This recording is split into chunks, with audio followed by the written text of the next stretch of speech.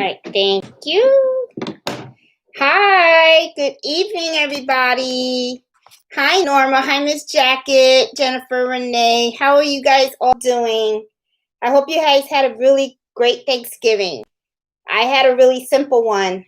I got my turkey and everything done from Wegmans, and all I had to do was stick it in the oven, put it on the table, everybody ate, and then I put it away. So this year was really, really simple and stuff and everything. So I wanted to tell you guys this week about some of the stuff that I've been working on for Christmas gifts, okay? And I also wanted to talk to you about embroidering Christmas stockings, okay? A lot of times you see people that they are, hey, Miss Stampins Who Creates. A lot of people, what they've been doing is they show you how to embroider a Christmas stocking on a big multi-needle machine, right? But I wanted to show you how I embroider a Christmas stocking using the SC 1900, because it is a little different because you don't have the arm that the big machines have. When you're working on the SC 1900, it's a flat machine. So you have to, it's very easy when you're doing towels and blankets and things of that nature. But when you have something, that's kind of, like closed in, like maybe a bag or something like that, you have to really know how to maneuver the material so that you can embroider it correctly. So as most of you guys know, I love to float my items. Okay, so I'm just going to talk straight on the Christmas stocking. And I'm also going to share with you a mistake that I made on the Christmas stocking and a little trick that you can do to make sure you don't do what I did. Okay, so I like to float everything. So when I created, do my Christmas stockings, I also float them as well. Okay. Now I want to show you a trick. I got these Christmas stockings from Walmart. And what am I drinking? I forgot to tell you guys what I'm drinking. Water. I'm having water today. Because I gotta fill orders and stuff. So I can't mess up. So anyway. These are really cute Christmas stockings that I had gotten from Walmart. They were not that pricey. They were about they weren't like $1 like the ones you get from the dollar store, but they were about like $7, $8, something like that, which I thought was pretty cute because I was like, oh, they're really pretty, right? So I wanted to show you how I actually embroider these, okay? But let me show you a mistake that I made, okay? I went and I embroidered this one. And as you can see, I put my name upside down. Okay. So I'm going to show you how not to do this. Okay. So this one, of course, I'm going to have to get my Peggy Stitch eraser and I'm going to have to break all this up so that way I can embroider it upside right. So I'm going to try to save the stocking. Okay. So I can reuse it to something else. So anyway. This is the way I do my Christmas stockings. And let me get another Christmas stocking so that you can see exactly what I mean. Okay? All right. Now, did I lose you guys? I hope not, because I hit a button. Sorry about that. I don't know if you guys lost me or I lost you or stuff like that. Hey, Barbara. Hey, Justin. Hey, So Iris. Lucky Lucy. Hey, Susan. Hey, Miss Smith. I always like to say hi to everybody. So anyway, like I said, I got a bunch of these stockings from Walmart, okay? And a lot of times it's very hard for you to, let me take off the tag off of this one so that I can show you guys physically. It's really hard to embroider on some of these things because they're not flat, right? So it's like, how do you put this on your hoop so that way you can embroider it correctly? Let me just take off this tab. There we go. Opened it up. Okay. So as you can see, you have this stocking, right? Got the tabs. And what it is you, of course, you're going to want to put the name right here, right? In front of the stocking, right? But of course, I said, of course, many times. You want to embroider this part. And it's really hard for you to put this in a 5x7 hoop. So, how does Jeanette do this? Okay, well, I'm going to show you how I do it. What I do is, if you look at your stocking, okay, you're going to see there's a seam right here. I don't know if you guys see it. Okay, I'm going to try to put it as close as possible. There's a seam here, and then you go on the other side, and you're going to see that there is also, no, there is no seam there. That's okay. That's fine. You just want to open it up, okay? So what you do is take a scissor, and you cut it, okay? Now, with this one, what I did was I cut it because there was a seam here and a seam here. So I cut both sides, okay? And then you have this open. And when you have this open, then what you can do is you get your sticky stabilizer, and then you put this right on top of your sticky stabilizer. And then you embroider the name, okay? Now, as you can see, I made a mistake on this one. I put my name upside down. So I learned the hard way that sometimes, I don't know if you're directional challenge. I know I am. I'm the person that if you're in the seat in the car with me and you tell me to turn left, I'm going to turn right. And if you tell me to turn right, I'll turn left. I'm a mess. Okay. So one of the things that I started to do so that this doesn't happen again is I take a piece of paper and then write your name on it. Okay. I would just take a piece of paper, write my name on it, take a pin, a little pin. All right, so just make believe my name's on here. Take a pin and then just pin it, and then put it where your name, how your name should look on here. And then when you go to put it on your hoop, you know exactly the direction that you should be embroidering in, okay? And then once you have that, then you can just take the piece of paper out and then go ahead and embroider. That way you'll know that the Jeanette, which is upside down right now, would be upside right, okay? So then, you know, after you do the embroidery on this, then you're going to ask yourself, okay, now that I cut this, how am I going to get this all together? Very, very simple. What you do is just turn the whole thing inside out, okay? And your SC1900 does embroidery and sewing, okay? So this is a project where you use both sides of your machine. And then what you would do is just fold it right and then put it under your machine and just stitch down, okay? And you just want to, you know, just stitch down. Believe me, it's not going to look sloppy or anything. Now, when you turn it back, you turn it back, then you're going to see that, you know, it's all stitched up again. And it looks like you never cut the size, you know, because this will be sewn in. This will be sewn in. So it'll look like you never cut the stocking at all. Okay. So just something, you know, that I wanted to share with you guys, because, you know, a lot of times when people are embroidering these stockings, you know, if you have a big machine like what I have here, usually these machines, they have something right here like an arm, right?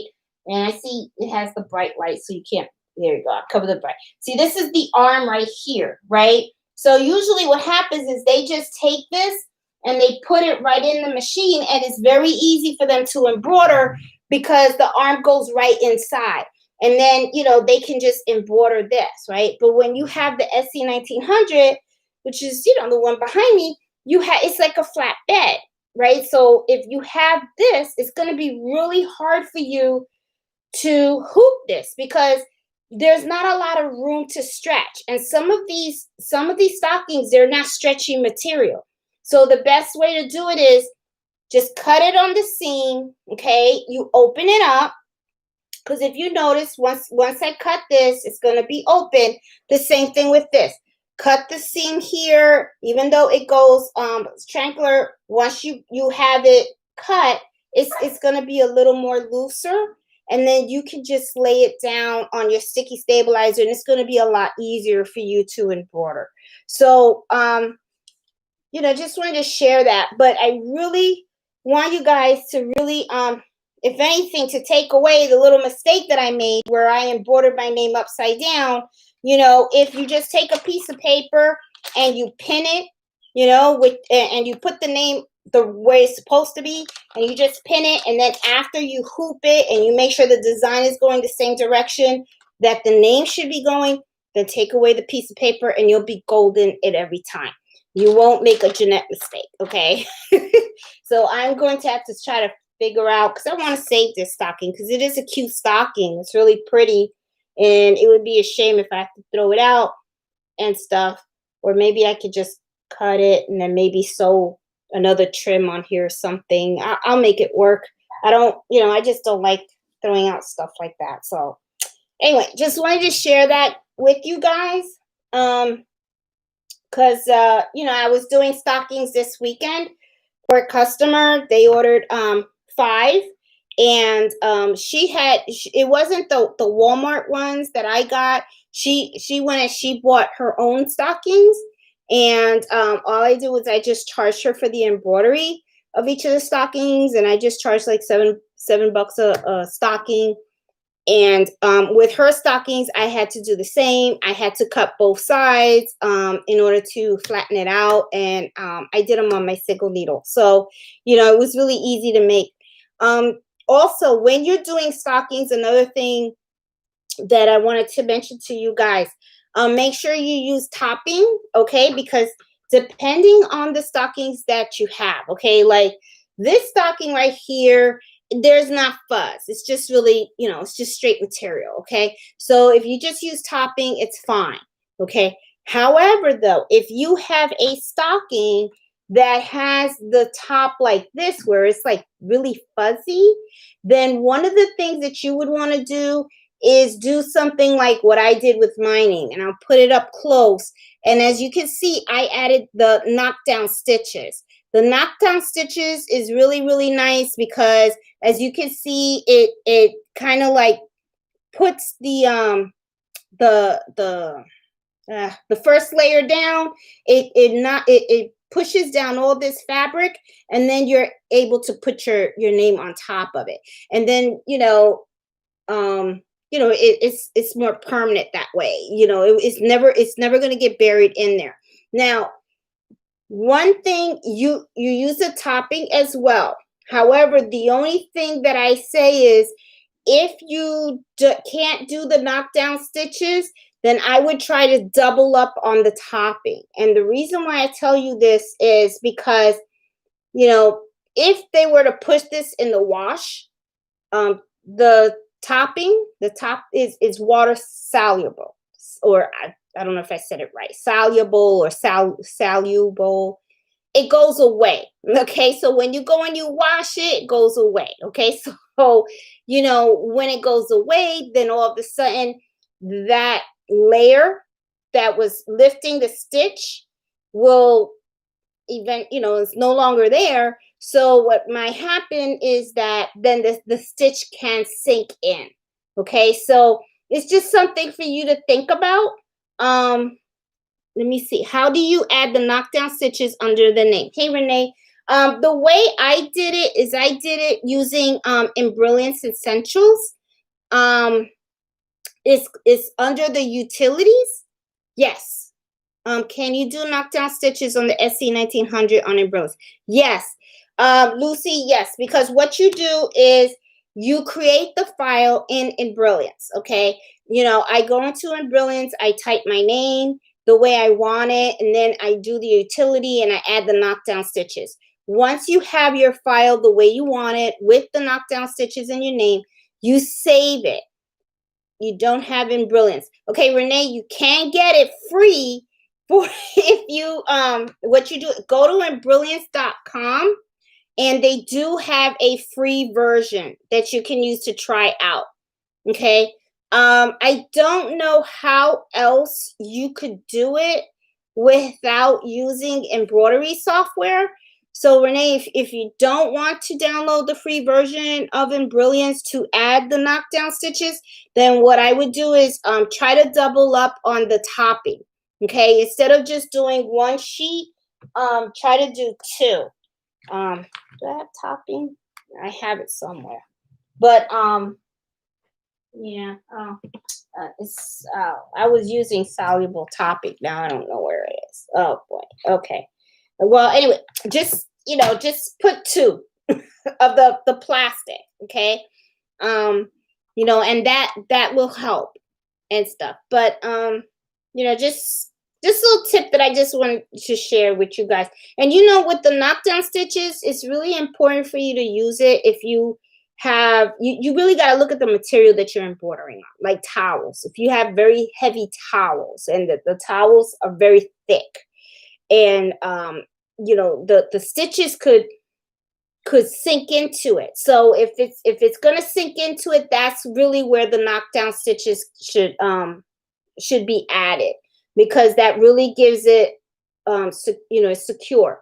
And the knockdown stitches also, one of the things that I always do, and you don't have to, I always use the knockdown stitches. I try to use thread with the same color as the bottom, right? Like here it's white, so I use the knockdown stitches white. But now that I'm thinking about it would be really cute if, like, you had yellow background with a bright green, it would look cute. Look like a little tag or something, So you can, play with it and get creative and stuff like that. So,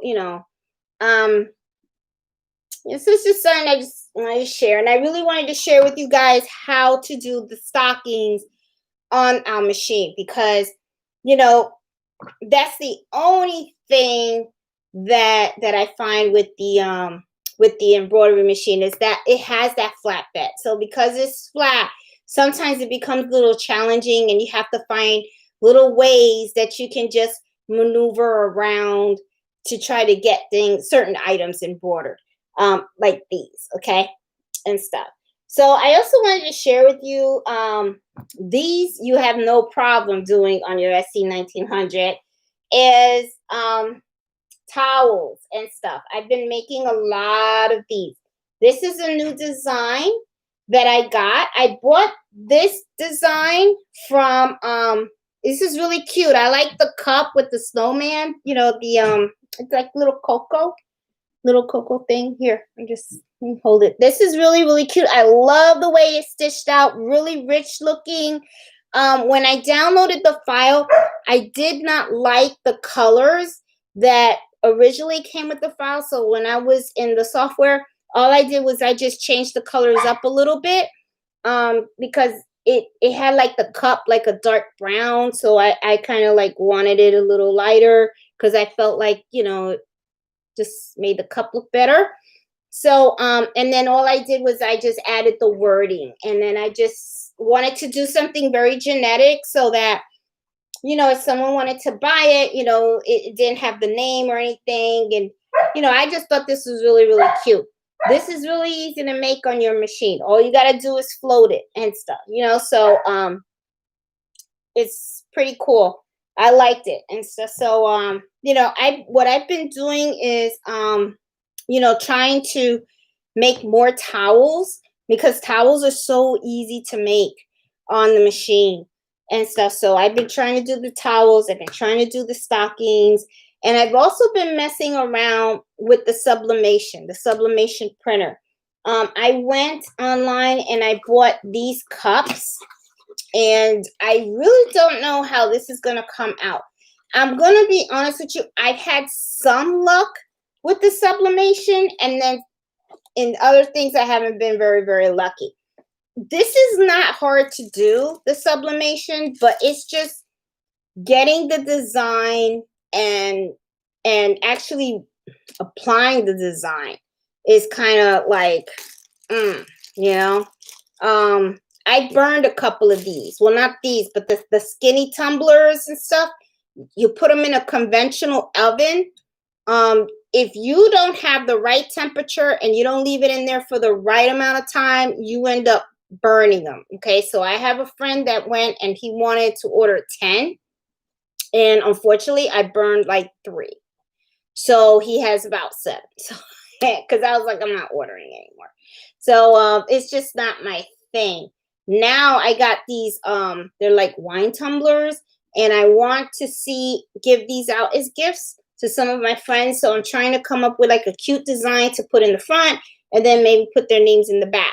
So I thought this would be kind of cute, you know? So, you know, just thought I'd mention it. Sublimation is, according to a lot of people that I talk to, they say it's easy. It kind of is. I just haven't really caught on rock solid yet. You know, some of my stuff came out good. I have a mug press. The mug press works really, really great. So I got this down pat, okay? But when it comes to stuff like this and the skinny tumblers and putting them in the conventional oven, it's kind of like a hit and miss thing. You know, I made the one with the little threads and everything that came out really cute. And then when I went to make another one, that got all burnt out. So I was like, okay. And then I kind of feel bad because when you burn them, you know, it's not like you can, you throw them out, right? So to me, it's like, oh, that was a good cup. You know, you could have kept it, you know? So I'm like, okay. And so I'm exploring with these, you know, so hopefully I get that. Let me show you something else that I'm exploring with. I also bought these for sublimation as well. I don't know why. I think I had a moment where I was thinking, oh, that would be really cute. And now I'm having a difficult time with it. These are cheese plates, okay?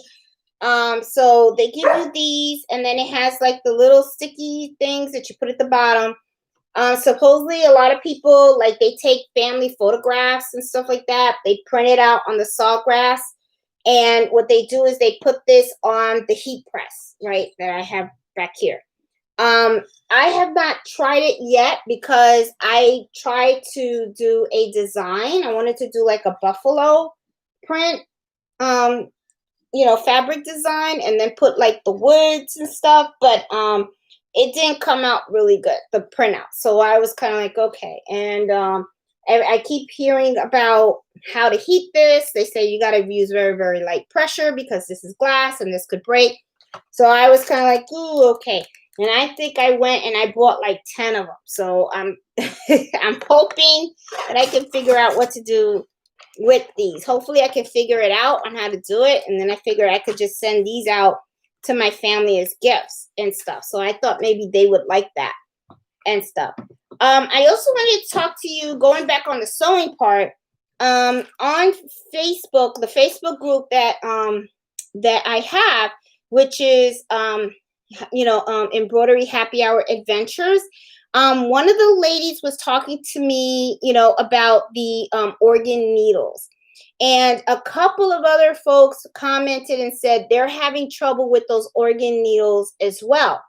And I asked her, please can you post a picture of the actual box? Okay. Now, when she posted the picture of the box, I noticed there was a difference. Okay. These are the ones that I order. Okay. And I wanted to show you guys this top right here. Hopefully the light, I'm hoping that the light doesn't. Okay. As you can see, it says HA and then an X130 EBBR, and it's a 7511. These are the ones that I use. Okay. When she posted her picture, I noticed it was a different brand. So I was kind of like, what does these numbers mean? Okay.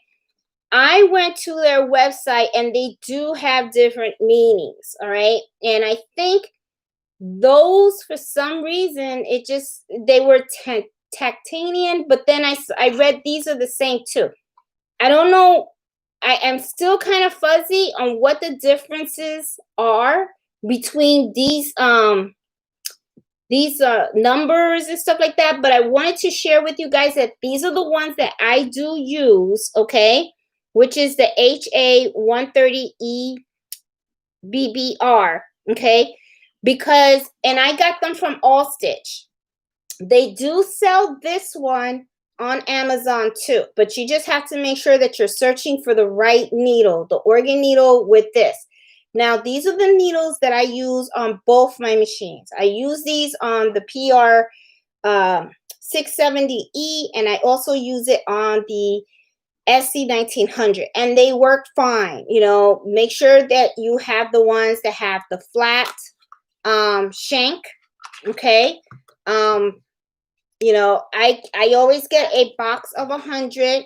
You know, a box of 100 always has, they come with these little packs, 10 little packs, and each of these packs have 10. And these work fine. I mean, I have not had any issues. And even when I look at the envelope is, oh man, I don't know where I'm getting that glare from. I think it's from there. I guess you see that number right there matches what's on the box. Well, it should. I mean, it came from the same box, you know. But I just wanted you guys to know, because, you know, I do tell you guys that I like these needles, and I know a lot of you folks out there, you know, always asking about what's the best needle for your machine and all that kind of stuff. I know these work for me, and I do like them a lot. They do have Schwartz needles also. Those were the ones that I was using before, and I used to buy the variety pack. But if you look at the variety pack, you're going to notice that they don't have a 7511 in that pack, okay? But you can buy the 7911 Schwartz. I don't even know if I'm saying it right, if it's Schwartz or Snorts, or, but I guess you know what I mean. Hold on, I got a whole bunch of needles here. And I'll tell you exactly what it is. See, these are the ones. See, I had these when I first started, okay?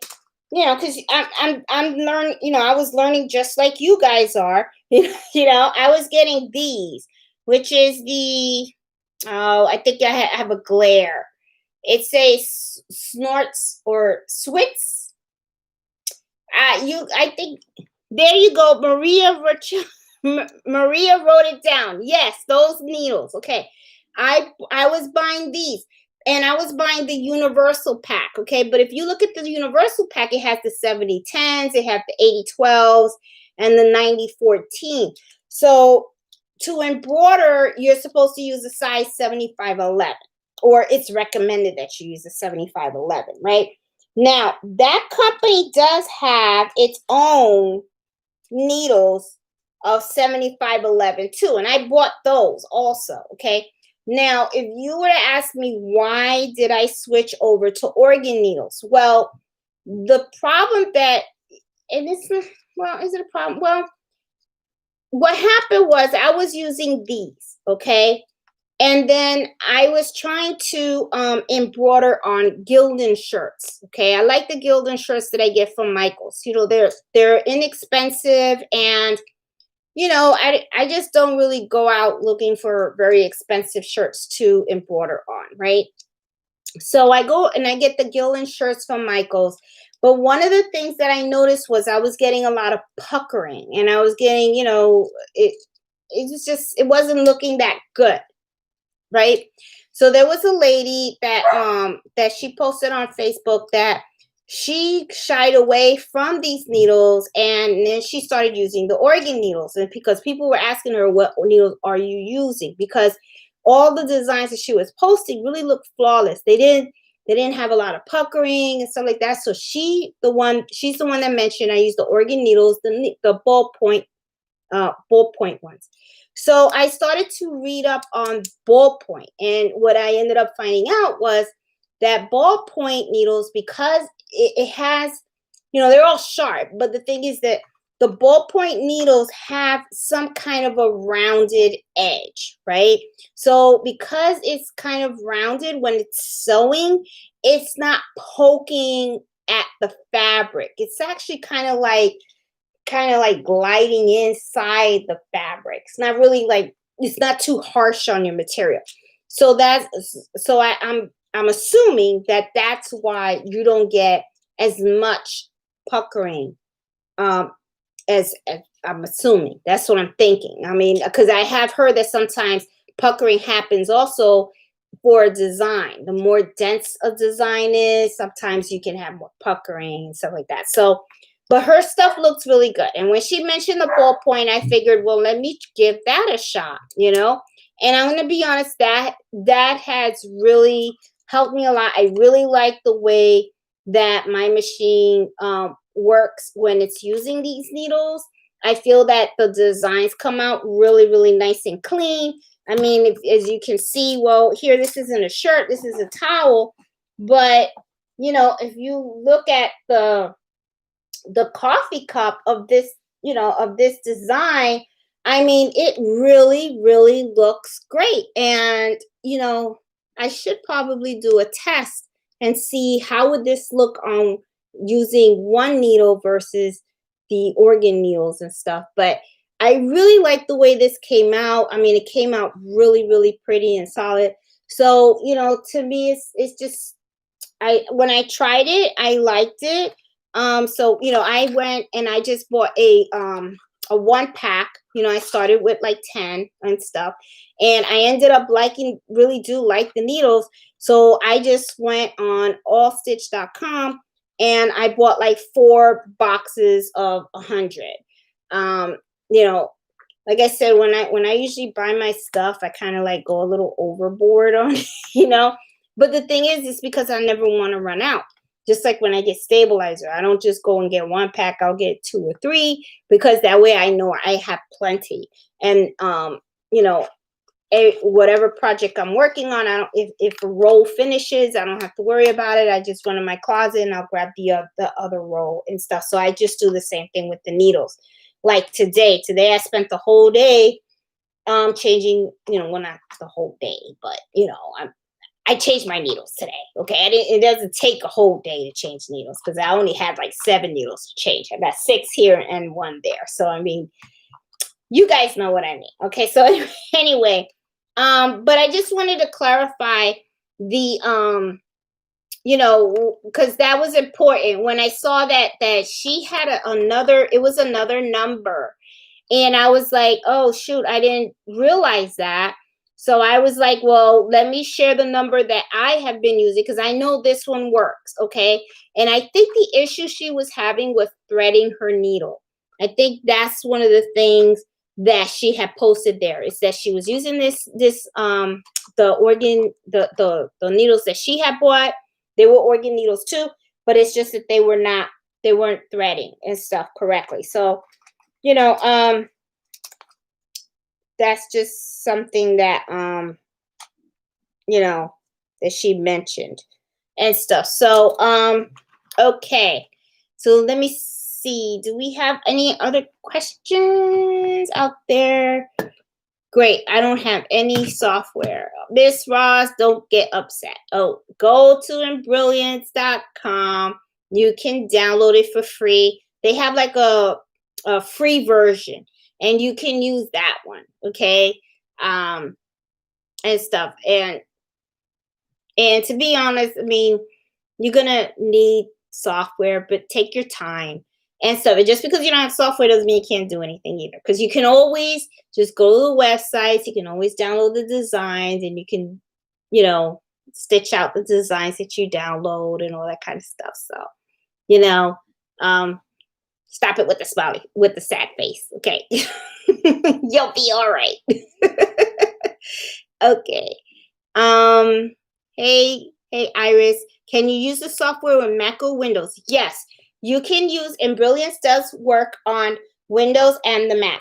The reason why I chose this software too, a lot of people always ask, they're like, you know, why, you know, because there's a lot of softwares out there. They got Sew Up Pro, and and I think they got Hatch, and they got other kinds, right? The reason why I chose Brilliance is because that's the only one that I found. Okay, and I don't know if there's others right now, but that was the only one that I found that that works with a Mac. I'm a Mac user. I mean, everything we have in the house is Mac. At one time we were all Windows and stuff, but now we're Mac all the way.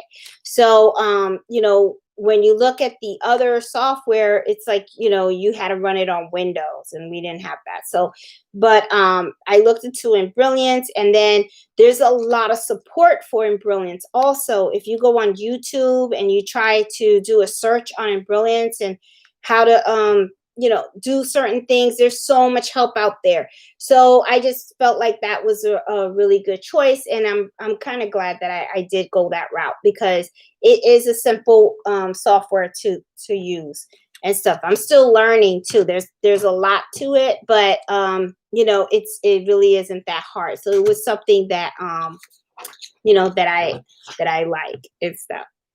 Miss Ross put a smiley face. Stay positive, girl. And stuff. Hey, Diane, how you doing? Okay, where do you get your towels from? Specifically the tea towels. Okay. Hey, Donna, I get these. I don't really know if you call these tea towels. They're really just kitchen towels, but I get a lot of my blanks from Amazon. Okay. And I buy, it's like 12 in a pack, and I think they're about like $24.99. But the thing is, if you really do the math, it's not that bad, because I try to sell these towels. So if you do the math, if there's 12 and it's 24, you're really just paying like $2.50, something like that, a towel, right? So if you're paying $2.50 a towel, and then you go and you embroider it, and I usually sell the towel embroidered $19.99, then you make your money back, so, and some. So that is I think they're called craft towels too. I think they're called craft towels. So but I do get them off of Amazon, and I got ivory and I got white. The ivory just came in. I usually always bought the white ones, but then I said, let me try to get the ivory too, because sometimes some people have the off-white in the kitchen and stuff. So I thought maybe they would want that. So I just got those today. And I was thinking I'll just embroider one or two of them tomorrow, and then put them out on my Etsy shop also, to see if people like that color and stuff. I was also looking for tea towels. Yeah. Oh, Miss Walk by Faith. Yeah, Amazon. I'm telling.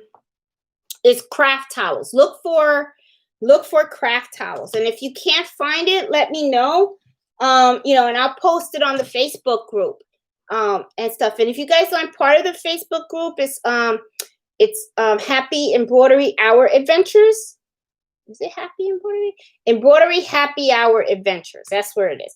And just join it and stuff, because a lot of times people ask about what I'm using, where did I get it from, and I'll put the link out there for you guys.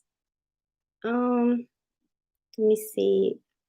I'm going to look online, and I don't know if you guys went online shopping today, because it's supposed to be Black Friday, right? So it's supposed to be like the big sale of sales or something, right? I don't know if you guys have gone out there. Cotton craft towels, yes.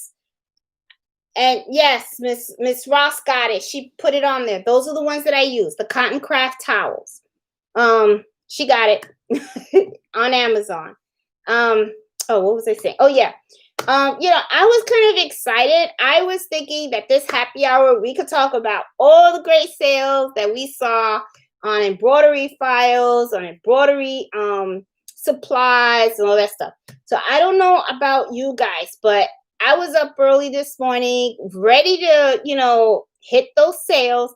I did not see anything fantastic. I saw the same sales that are always out there. I did not see anything great. I had a sewing machine. Well, I don't have it anymore. I just went and bought it. I told you guys last week, or maybe it was the week before, I had bought this sewing chair, and I love it so much that I was looking at buying another one, and I had put it in my shopping cart.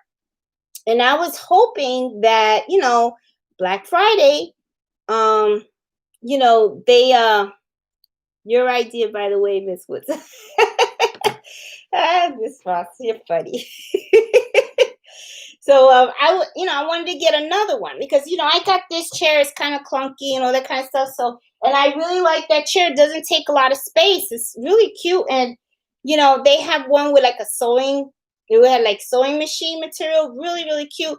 But they're expensive, right? So I was kind of like, okay, I won't feel so guilty about buying another one if it's on sale, right? So I had put it in my shopping cart, and they had about like 8 left at the time. Then I got up this morning and I was thinking, oh, it's going to be on sale and I could just buy it. And then they had 3 left and it was not on sale. So I was like debating, get it, not, I don't know, and stuff. I just hit the buy button and stuff. And then I'm just praying that I make enough sales that I can cover the cost of the other chair and stuff, because I really would like to get rid of this chair and just have 2 sewing chairs. And the reason why I like having 2 sewing chairs in my room is because sometimes it's not just me that's in here. Sometimes I'll have, a friend or a customer that will come, and while I'm embroidering, they just want to, go over designs that I have and stuff like that. And, I like having that extra chair for them to sit in and stuff. So, I was kind of disappointed. I was kind of hoping that that chair would go on sale, but it didn't. It didn't. They are pretty pricey, but it's a very very good chair. So if you guys need a sewing chair, I would recommend go on Amazon and look up sewing chairs. And they don't, it's not just this brand. They had other chairs out there too. I just kind of liked that one because I thought it looked cute and it would match my color coordination and everything. But I mean, it is what it is, whatever. What needles work with embroidering leather? Oh, okay, Miss Ross. Okay, I have embroidery leather. I have the little guide here. There's a guide, and I think I mentioned this before. If you Google Fabrics 101 Stabilizer and Design Guide, okay? I love this list. This is like my go-to for everything. Okay, I have it and I printed it out and I have it by my embroidery machines. Okay, it lists the fabrics, the stabilizers, the type of designs, and the needle that you should use. Okay, so leather, and I will tell you right now. Okay, leather use a 80-12 size needle. Make sure that it does specifically say that it's leather, made for leather, but the size should be an 80-12. Okay. I would, me personally, because I seem to like these needles so much, I would look to see if organ needles have this size, and then I would see if you could read up on it and see if it's specifically used for leather. And if not, then I would look to see if Schwartz or Smiths or that other company that I cannot say the name for the life of me has one. Okay. That would be it. But the size that you want on leather is 80-12. Did I say? Hold on. Make sure I tell you right. Because we cannot mess up our needles. Leather. Yes, 80-12. 80-12 leather needle. That's what you want and stuff.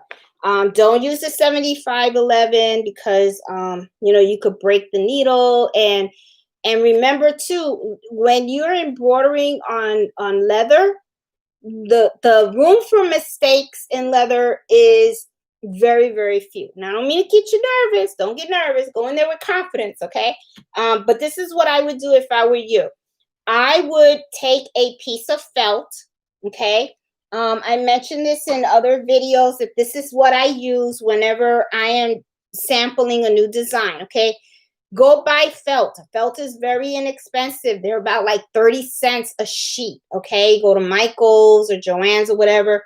I just buy a whole pack of them, okay? I get like 12 of them.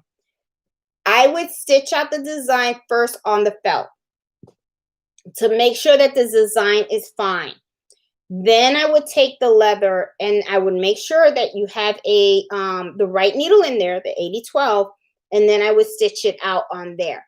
And the reason why I say to be super careful to make sure that you're fully prepared before going on the leather is, remember, it's leather. So whenever that needle pops a hole in that leather, in the leather, it's gonna stay. It's a permanent hole. Okay, it's not like fabric where the machine's sewing and then, oh, it's okay, you can just unstitch it and then restitch. Um, Leather, it's tough, so it's any hole, it's permanent. So I don't mean to get you nervous and stuff. You can do it, but I'm just saying, just use cautious and be cautious, and you know test your design first to make sure that it's stitching the way you want it to stitch, and that you understand the pattern and everything before you actually lay it on the piece of leather, because leather is expensive, and there's very few room for mistakes in that. Okay. You don't want to mess that up. So you know that's the only thing, unless you can get I don't know if they I don't know if it's really called pleather or whatever, but the cheap uh material that's similar. That way it's not, Black Friday is just a hype. Yeah, Iris, it is a hype. Okay, getting back to that. Yeah. I went to all the websites that I usually go to, because remember I was telling you guys, try to go to all the websites, sign up, subscribe to them, because that way when they send you sales, you'll know. And some of these websites, they actually give free files, right? So which one's the one? In embroidery library usually has a free file. Designs by Juju has free files that they offer, and Stitchtopia has free files. So I usually every week I go to each of these websites, and they have a free file. I always download, even if I don't like the file, download it. You know why? Because if you have software like in Brilliance, let's say that they have like one of the files that I downloaded, they had these little hearts on the side, right? And then they had a saying in the middle. I really didn't care about the saying in the middle, but I liked the hearts on the side. So if I can take that file and I can upload it in Brilliance, I can modify it. I can take away the the saying, have the hearts on the side, and then I could put another saying in the middle, and modify it to how I want it. Sometimes the little bits and pieces of the files that you can use. So, I mean, it doesn't cost you anything. It's free, So I always take it, I download it, and I keep it in my little library. That way, if I want to get creative, or somebody wants something with a bunch of hearts or something like that, I'm like, oh, there's this file over here that I downloaded. It cost me anything, and I could just modify it. So, just something, but I went to all the websites thinking, oh, maybe they're going to have like a really, really, really good sale. I didn't see anything. I didn't see no sales. I was just like, oh, okay. Well, it was the regular prices, the regular sales. That's all I saw. So I didn't see really anything spectacular. Then I went to All Stitch and all the other things, thinking, oh, are they gonna have a really good sale? I didn't find anything either. Even on Amazon, I didn't really find anything. So I was just like, well, I think it's like it's so true. Like Iris said, I think it's now Black Friday has turned into like a hype. So I'm like, oh well, that's okay, and stuff. I was just kind of hoping that I could do that, and stuff.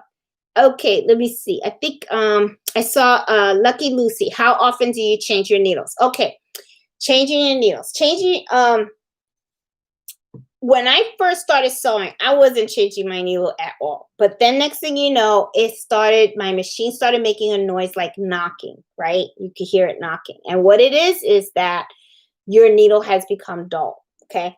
So I went to when I went to buy the big needle, okay, the lady explained to me and said, you really do need to change your needles. So the rule of thumb for changing your needles is every 8 hours. I do. Do I really do 8 hours? Well, kind of in a way. Okay. This is how I usually, it's really hard for you to tell. Are you sewing 8 hours, right? So what I usually do is I look at when I'm sewing a particular design. You can always see how long it takes to draw, uh, do a design, right? Like sometimes they'll give you an example: dinner napkins, right? Each dinner napkin for me to stitch out the embroidery design with the initial is usually 45 minutes, right? So I will go and I will start embroidering 12. If they order 12, I embroider 12. I already know I've exceeded 8 hours on that needle. Okay. So usually what'll happen is if I have an order of dinner napkins of 12, then I will use one needle for that whole entire order of 12. Then I take the needle and I throw it out and I'll put a fresh one in there. Needles do get dull, and when needles get dull, they will affect the way your embroidery design looks. Because what's going to happen is it's when it's going down the fabric. Remember, it's not as sharp as it used to be, so it can really kind of like I don't not go right in the fabric. It's not going to sew correctly. So if you want, especially if you have a design like this, that, to me, I consider this a little dense, right? It has a lot of embroidery and stuff. But if you have a dull needle, this is not going to come out looking really crisp, and that's the thing. You want your designs to look like drawings. You want the stitches to really look rich. It's not, so you can't use dull needles and stuff. So the rule of thumb is every 8 hours, change your needles.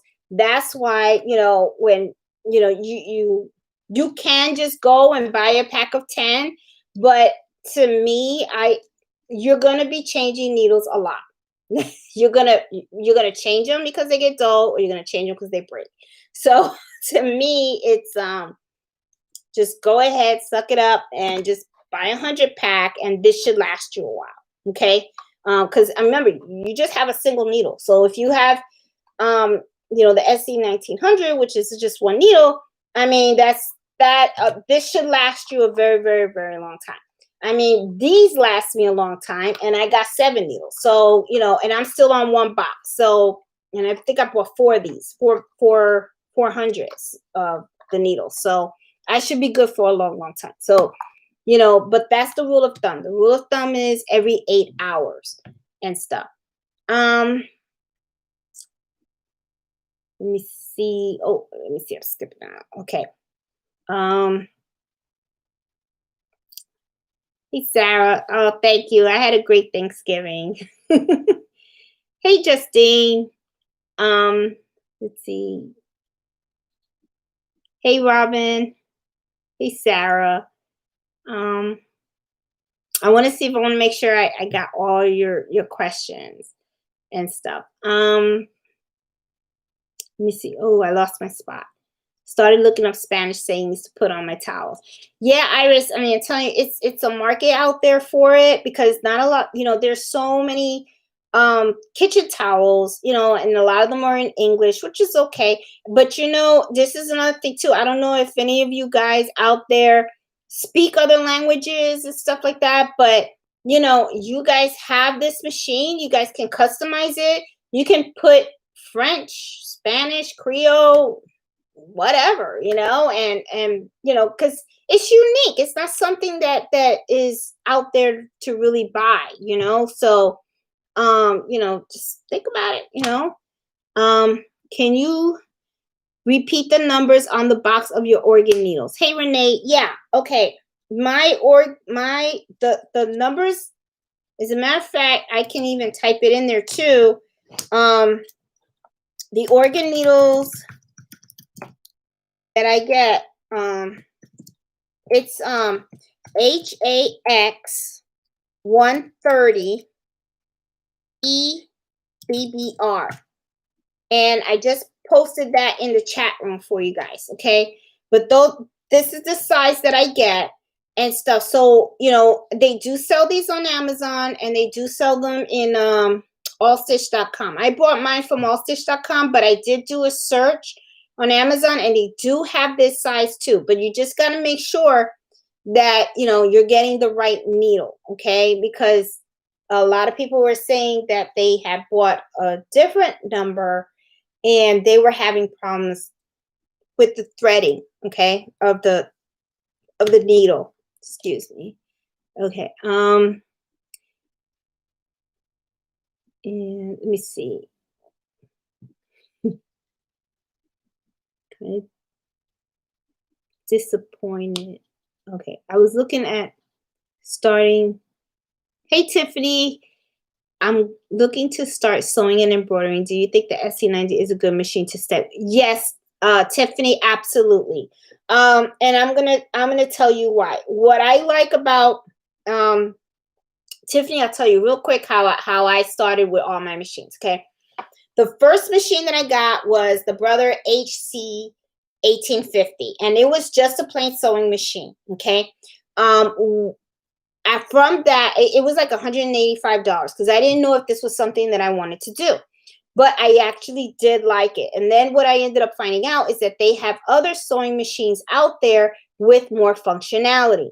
Now, you can buy a separate sewing machine. You can also buy a separate embroidery machine. But one of the things that I liked about the SC1900 is that you get the best of both worlds all in one machine. Okay. The sewing capability on this machine is really, really good. You have an automatic thread cutter, an automatic thread feeder. It comes with a lot of different designs, stitch designs, and I just love, the way it feels when you're sewing, I mean, it sews like butter. So believe me, you're really going to love sewing with the machine. And also the embroidery function. I really like that you can download your own designs from other websites, put it on a flash drive, put it in the USB port, and then you can upload the designs. The SC1900 also has the 5x7 hoop. And I also have a video out there where I show you how you can use a 5x12 hoop if you need a bigger hoop. So to me, the SC1900 is not a cheap machine, okay, because I paid $1,000 for it. But, if this is something that you're looking to start and you are really, really interested in sewing and you're interested in embroidering, I highly recommend this machine. You can get a Brother, I think they have the 600 or the 800. I think the Brother 800 is also 5x7, but it's embroidery only. And SE stands for sewing and embroidery. So like I said, you can have two separate machines, but to me, this one fit the bill very nicely because it gave, it really does really good on the sewing, and it really does really good on the embroidery side as well. So if you're looking to start, I do recommend the SC1900. I mean, I have absolutely no regrets on it. And I do have a Facebook page group, and it's called Happy Embroidery Hours Adventures. You're welcome to join the group. Even if you don't have the machine yet, you can join it and you can ask questions. Lots of people in that group have the machine. You can ask some questions about how they feel about it and how they did certain things. And you can see some of the items that they've created owning the machine also. So that could help you with your decision as well. You can always reach out to me also. I have no problems helping you out with any questions and stuff to help you make a decision, because it is a lot of money and you want to make sure that you're getting the right machine for you. Okay. Walk by faith. Tiffany, yeah, it's excellent machine. Let's see. Thanks so much. I think I can do it. Positive thoughts. Yes, Miss Voss, you can do it. You can do anything you want to do. And you know what? And if you make a mistake, so what? That's how you learn. That's the only way we get better and stuff. Because as you can see, I make mistakes too. I should just put this on the fireplace, and what the heck? So what if my name's upside down? We all make mistakes. I mean, that's how you learn, So, I mean, that's why sometimes a lot of people get nervous and they're like, oh my God, I had the machine. I bought the machine. It's in the box. I'm not taking it out. Take it out. Take it out. Drive it. Don't be afraid of it. Have fun with it. And if you mess up, so what? You messed up. No big deal. That's how you're going to learn. Sometimes, you know, your mess ups, your mistakes just helps you to understand the machine more and how it works, and it just makes you better. So don't be afraid of ever making mistakes. Never, never, never, and stuff. Hey Tracy, how you doing? Do you wash them first? Okay, no, I don't. I do not wash. A lot of my stuff, I don't wash it. I really don't. I've heard of people washing things, especially shirts, but a lot of the shirts that I've never had a problem with it. I just, for some reason, I just feel like if I bought a shirt and I washed it, I don't feel like it's new anymore. I feel like it's used. So I just don't. I don't pre-wash. I don't pre-wash the towels, and I don't pre-wash the shirts. I really don't. Yeah, so if you wash them, they will look used. So it's not. Yeah, see, and that's exactly what what I was saying, Iris. Is that then it's like how could I sell you something that's new when if in actuality the towel's not really new because I washed it, So no, I've never washed it and stuff. Not to put the brother machine down, but I prefer my Singer. And singers are really, really good, Iris, because and now my mom has a Singer. And my mom's Singer machine, well, she bought that machine. My dad bought it for her when I was born. Okay. And we're talking, I'm 52. So she's had that machine for 52 years. But I'm going to tell you something. Those machines, they don't make them like that anymore. She has a sewing machine that is part of the furniture, right? And it came with its own furniture and everything, and it is iron. It's like solid steel, okay? Now you buy a sewing machine and you just get plastic. So it's just like, what are you going to do, right? So, but Iris, yeah, Singers are very good. It's a good brand. I tried my mom's, but and stuff. So it is 9:00, guys. I really appreciate you guys spending the evening with me and stuff. I hope you guys like this video, and I hope, if you haven't subscribed to my channel, please do so. Also, just want to let you guys know, I do have a Facebook group out there. It's called Happy Embroidery, Our Adventures. Please join the Facebook group. It's a great group. Everybody, shares ideas. They share their projects and help each other out. So, I really appreciate you guys chiming in. And I will see you guys next Friday. So have fun with your sewing machines and, enjoy. And hope you guys had a great Thanksgiving. So I will talk to you guys next week. Love you guys all. Bye.